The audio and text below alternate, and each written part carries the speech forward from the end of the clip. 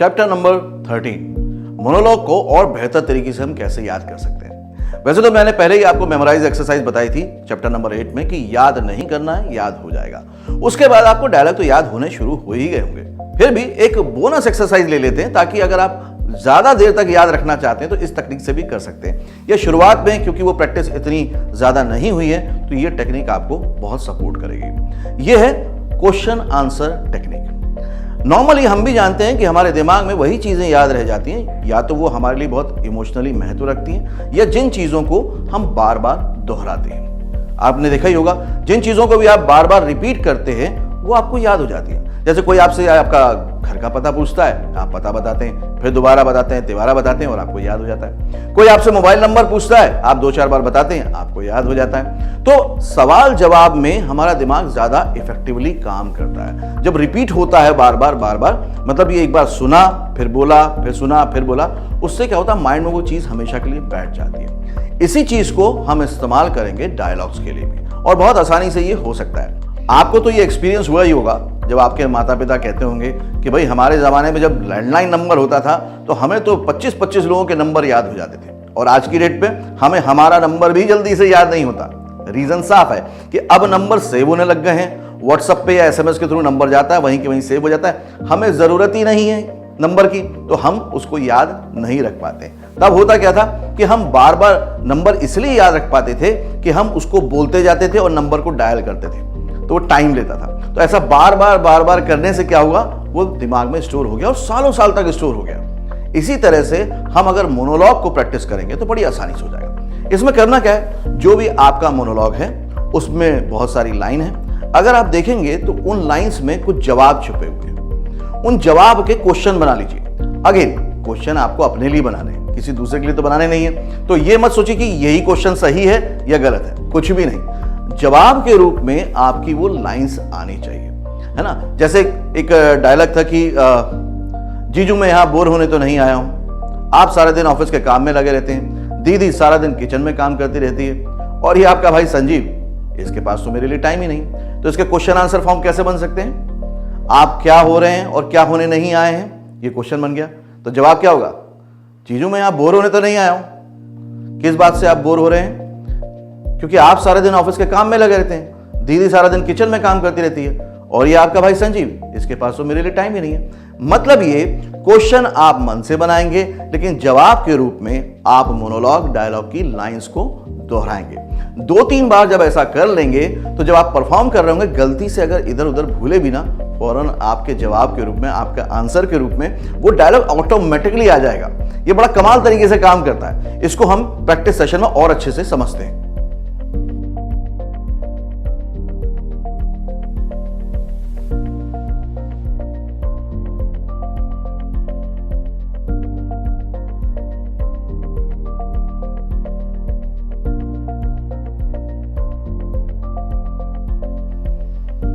तो प्रैक्टिस के लिए देख लेते हैं। जैसे एक प्रणय वाला मोनोलॉग है आपके पास, मेरे लिए सरप्राइजिंग है यार, तुम कब से मेरे कॉल नहीं ले रही हो, no response to my WhatsApp message इधर। अब इसमें क्या करना है, हमें क्वेश्चन बनाने। तो ये बुक में भी मैंने दिए हुए हैं क्वेश्चन ताकि आप थोड़ा सा अंडरस्टैंडिंग ले आए, उसके बाद आप खुद से प्रैक्टिस करें। तो इसमें हमने क्या किया, आपके लिए सरप्राइजिंग क्या है। अब आप जवाब के रूप में वो लाइन दोहराएंगे जो आपको डायलॉग में बोलनी है। आपके लिए सरप्राइजिंग क्या है, मेरे लिए सरप्राइजिंग है यार, तुम कब से मेरी कॉल नहीं ले रही हो, no response to my WhatsApp message इधर। हो गया। अब दूसरा क्वेश्चन आपने बताया, लास्ट फ्राइडे सुरुचि ने आपसे क्या कहा था, मतलब आपके पार्टनर ने लास्ट फ्राइडे। अब लास्ट फ्राइडे से आंसर आ जाएगा, लास्ट फ्राइडे तुमने कहा था, तो आगे आंसर। इसी तरह से आप आगे करते जाएंगे। और है कि लखनऊ में उसने क्या झूठ बोला था, फिर आंसर के रूप में डायलॉग की लाइन आप दोहराएंगे। तुमने कहा था जहां तुम हो वहां मोबाइल के सिग्नल वीक हैं, मैंने वो भी मान लिया। फिर इसके बाद क्या है, लेकिन कहीं ना कहीं मेरा इंट्यूशन सही था, तो इंट्यूशन के लिए आप क्वेश्चन बनाएंगे, आपका क्या इंट्यूशन था, मगर कहीं ना कहीं मेरा इंट्यूशन सही था कि तुम मुझे अवॉइड कर रही हो। अब है इसलिए प्रिटेंड ऐसे कर रही थी, ये आपका डायलॉग है। तो इसका क्वेश्चन क्या हुआ, सुरुचि क्या प्रिटेंड कर रही थी, इसलिए प्रिटेंड ऐसे कर रही थी जैसे मेरी आवाज तुम तक नहीं पहुंच रही, जबकि मुझे वहां पीछे से किसी लड़के की दबी हंसी साफ सुनाई दे रही थी,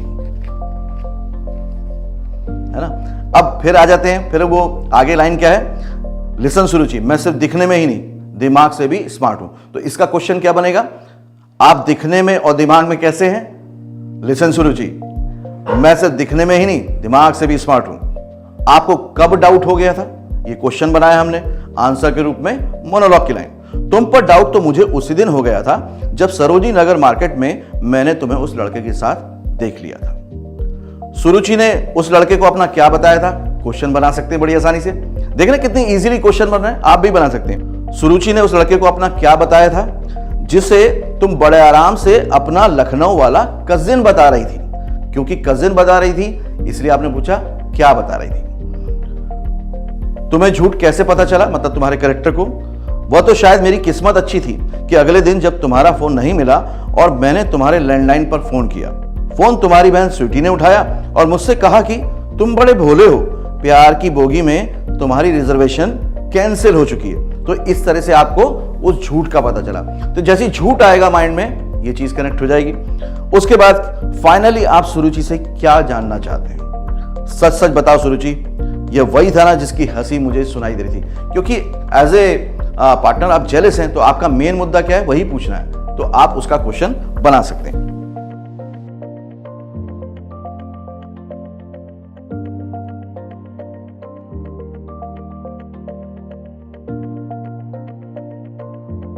इसी तरह से सेकंड डायलॉग है, ये अनन्या नाम की लड़की का डायलॉग है कि जो अपनी प्रिंसिपल के सामने अपने एग्जाम का जो हॉल टिकट है, एग्जाम टिकट है, उसके लिए रिक्वेस्ट कर रही है ना। लेकिन इसको आपको पूरा समझ के ही करना है, मतलब कौन बोल रहा है, किससे बोल रहा है, उसको समझ के फिर क्वेश्चन बनाएंगे तो थोड़े से आसान हो जाएंगे।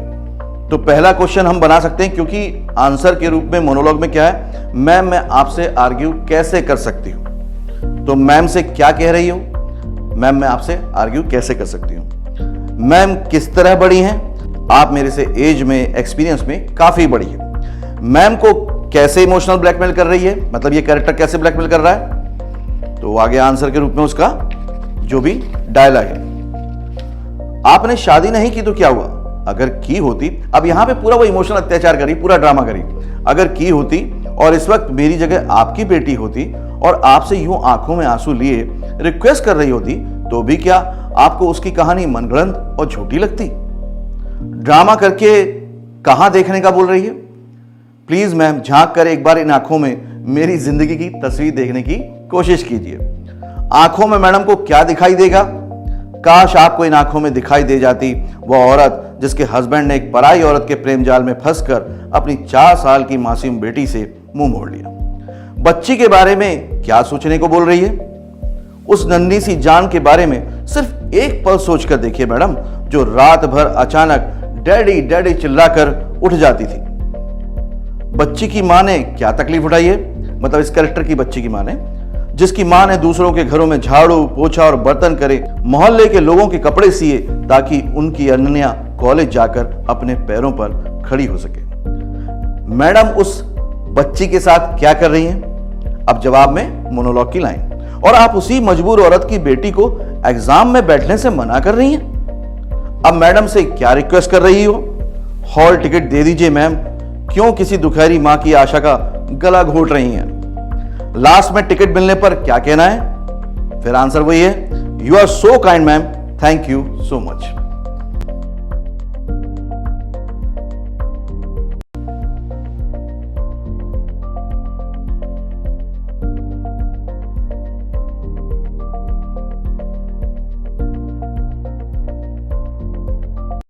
आपके लिए क्या सरप्राइजिंग है? मेरे लिए सरप्राइजिंग है यार। तुम कब से मेरा कॉल नहीं ले रही हो? No response to my WhatsApp message either. Last Friday Suruchi ने आपसे क्या कहा था? लास्ट फ्राइडे तुमने कहा था कि तुम अपनी मौसी के पास लखनऊ जा रही हो। मैंने यकीन कर लिया। लखनऊ में उसने क्या झूठ बोला था? तुमने कहा जहां तुम हो वहां मोबाइल की सिग्नल वीक है। मैंने वो भी मान लिया। आपका क्या इंट्यूशन था? मगर कहीं ना कहीं मेरा इंट्यूशन सही था कि तुम मुझे अवॉइड कर रही हो। सुरुचि क्या प्रिटेंड कर रही थी? इसलिए प्रिटेंड ऐसा कर रही थी जैसे मेरी आवाज तुम तक पहुंच ही नहीं रही हो, जबकि मुझे वहां पीछे से किसी लड़के की दबी हंसी साफ सुनाई दे रही थी। आप दिखने में और दिमाग में कैसे हो? लिसन सुरुचि, मैं सिर्फ दिखने में ही नहीं, दिमाग से भी स्मार्ट हूं। आपको कब डाउट हो गया था? तुम पर डाउट तो मुझे उसी दिन हो गया था जब सरोजी नगर मार्केट में मैंने तुम्हें उस लड़की के साथ देख लिया था। सुरुचि ने उस लड़के को अपना क्या बताया था? जिसे तुम बड़े आराम से अपना लखनऊ वाला कजन बता रही थी। तुम्हें झूठ का पता कैसे चला? वो तो शायद मेरी किस्मत अच्छी थी। जब अगले दिन तुम्हारा फोन नहीं मिला और मैंने तुम्हारे लैंडलाइन पर फोन किया तो फोन तुम्हारी बहन स्वीटी ने उठाया और मुझसे कहा, तुम बहुत भोले हो, प्यार की बोगी में तुम्हारी रिजर्वेशन कैंसिल हो चुकी है। फाइनली आप सुरुचि से क्या जानना चाहते हो? सच बताओ सुरुचि, ये वही था ना जिसकी हंसी मुझे सुनाई दे रही थी? होल्ड।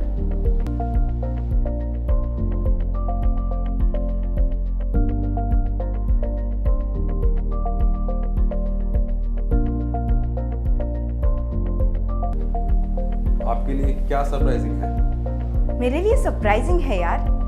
तुम कब से मेरे कॉल्स नहीं ले रहे हो। No response to my WhatsApp messages either. Last Friday Raj ने आपसे क्या कहा? लास्ट फ्राइडे तुमने कहा था कि तुम अपने मौसी के पास लखनऊ जा रहे हो। मैंने यकीन कर लिया। लखनऊ में उसने क्या झूठ बोला? तुमने कहा था जहां तुम हो वहां मोबाइल के सिग्नल वीक है। मैंने वो भी मान लिया। आपका क्या इंट्यूशन था?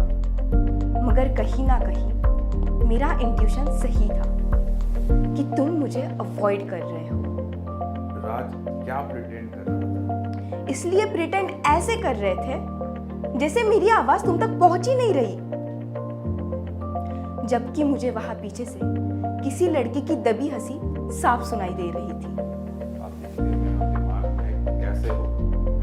लिसन राज, मैं सिर्फ दिखने में ही नहीं दिमाग से भी स्मार्ट हूँ। आपको कब डाउट हो गया था? तुम पर डाउट तो मुझे उसी दिन हो गया था जब सरोजनी नगर मार्केट में मैंने तुम्हें उस लड़की के साथ देख लिया था। राज ने उस लड़के को अपना क्या बताया था? जिसे तुम बड़े आराम से अपनी लखनऊ वाली कजिन बता रहे थे। तुम्हें झूठ का पता कैसे चला?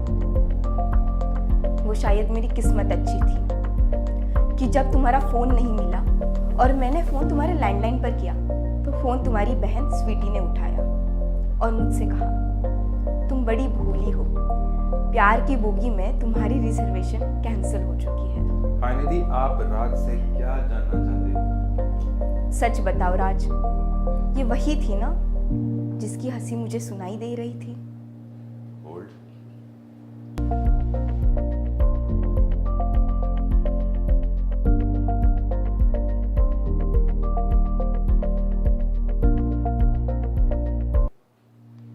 यूनिवर्सिटी वालों ने क्या किया? यार हमारे यूनिवर्सिटी वालों को भी इस कॉलेज के लिए यही लप्पू जना प्रोफेसर भेजना था। अगर ये प्रोफेसर रमेश सिप्पी को मिलता तो क्या होता?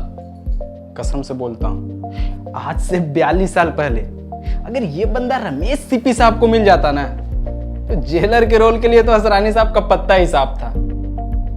कैसा कैरेक्टर है लालवानी? क्या कैरेक्टर है भूतनी का। लेक्चर देने आता है तो ऐसा लगता है जैसे समुंदर के बीच से निकलकर किनारे की तरफ कोई कछुआ अंडे देने आ रहा हो। प्रोफेसर लालवानी क्या लंबी लंबी छोड़ते हैं? प्रोफेसर लालवानी बड़ी लंबी लंबी छोड़ता है कि उसको अमर्त्य सेन ने पढ़ाया है। क्या होगा अगर अमर्त्य सेन को यह पता चल जाए?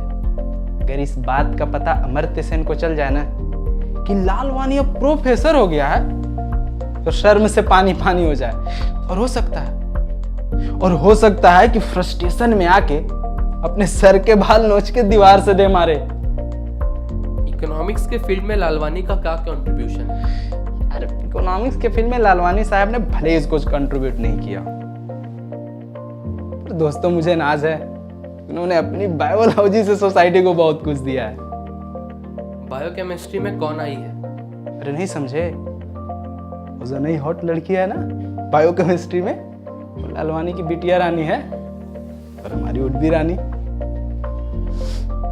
गुड न्यूज क्या है? गुड न्यूज इज कि मेरे उसके साथ फुल सेटिंग हो गई है। एक्साइटमेंट थोड़ा कंट्रोल करो यार। मैंने उसे इसी कैंटीन में तुम लोगों से मिलवाने के लिए इनवाइट किया और ये लो, वो अभी गई। तो ये एक और सपोर्टिंग टेक्निक है मोनोलॉग को ज्यादा बेहतर तरीके से याद रखने की। इसको आप प्रैक्टिस कर सकते हैं। क्वेश्चन आंसर फॉर्म में बार बार एक ही बात बोलूंगा, कंफ्यूज ना हो कि ये क्वेश्चन सही है या गलत है। आपको जो भी क्वेश्चन लग रहा है वो लिख दीजिए और उसके आंसर में मोनोलॉग की लाइंस बोलिए। ऐसा 3 बार जब आप क्वेश्चन आंसर राउंड करेंगे, आप देखेंगे आपको सारी चीजें याद हो गई। बल्कि इससे एक और फायदा होता है, डायलॉग की एक और बेटर अंडरस्टैंडिंग आ जाती है कि मैं जो भी लाइन बोल रहा हूं वो क्यों बोल रहा हूं। हमने 5K किए थे ना, तो अब क्या हुआ, हर लाइन में आ रहा है कि ये क्यों बोल रहा हूं, इसलिए बोल रहा हूं, ये क्यों बोल रहा हूं, इसलिए बोल रहा हूं। तो क्या हो रहा है, पूरा फोकस आपका मोनोलॉग पे अच्छे से हो जाएगा और साथ में आप ये भी समझ जाएंगे कि अगर मैं ये बोल रहा हूं, इस वजह से बोल रहा हूं, तो इसका इमोशन क्या होगा। अब मैंने आपको 2 मोनोलॉग बता दिए। Switch on switch off book में मैंने कुछ और मोनोलॉग्स भी शेयर किए, उनको आप सेल्फ प्रैक्टिस कीजिए और सेल्फ प्रैक्टिस करने के बाद 1-2 दिन के बाद उसको जरा चेक कीजिए कि क्या आपको वो याद है या नहीं है। लेकिन हाँ, कम से कम 5-6 बार जरूर क्वेश्चन आंसर राउंड कीजिएगा। तो इस तरह से प्रैक्टिस कीजिए। अच्छे से प्रैक्टिस करने के बाद ही अगले चैप्टर पे मूव करना है। पहले इसको अच्छे से पक्का कर लीजिए, फिर आगे बढ़िए। All the best.